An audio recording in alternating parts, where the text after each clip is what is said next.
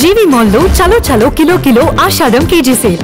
విశాఖలో భట్టి చేస్తున్నటువంటి వ్యాఖ్యలు. విశాఖ ఎయిర్పోర్ట్లో తెలంగాణ డిప్యూటీ సీఎం భట్టి విక్రమార్కకు సిడబ్ల్యూసీ సభ్యులు ముఖ్య నాయకులు స్వాగతం పలికారు. ఎయిర్పోర్ట్ నుంచి నగరానికి చేరుకున్నారు ఆయన.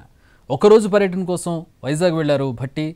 జనసేన ఎమ్మెల్యే కొనతాల రామకృష్ణ కుమార్తె నిశ్చితార్థ వేడుకలకు ఆయన హాజరవుతారు. అనకాపల్లి, విశాఖలో పలు కార్యక్రమాల్లో పాల్గొంటారని పార్టీ వర్గాలు వెల్లడించాయి.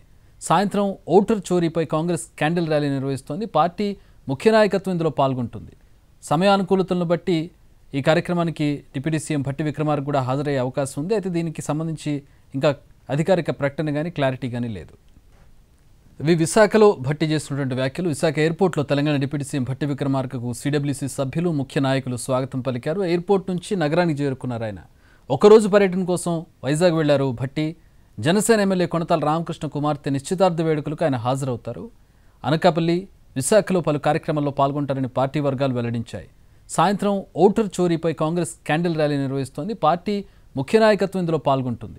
సమయానుకూలతలను బట్టి ఈ కార్యక్రమానికి డిప్యూటీ సీఎం భట్టి విక్రమార్క కూడా హాజరయ్యే అవకాశం ఉంది. అయితే దీనికి సంబంధించి ఇంకా అధికారిక ప్రకటన కానీ క్లారిటీ కానీ లేదు.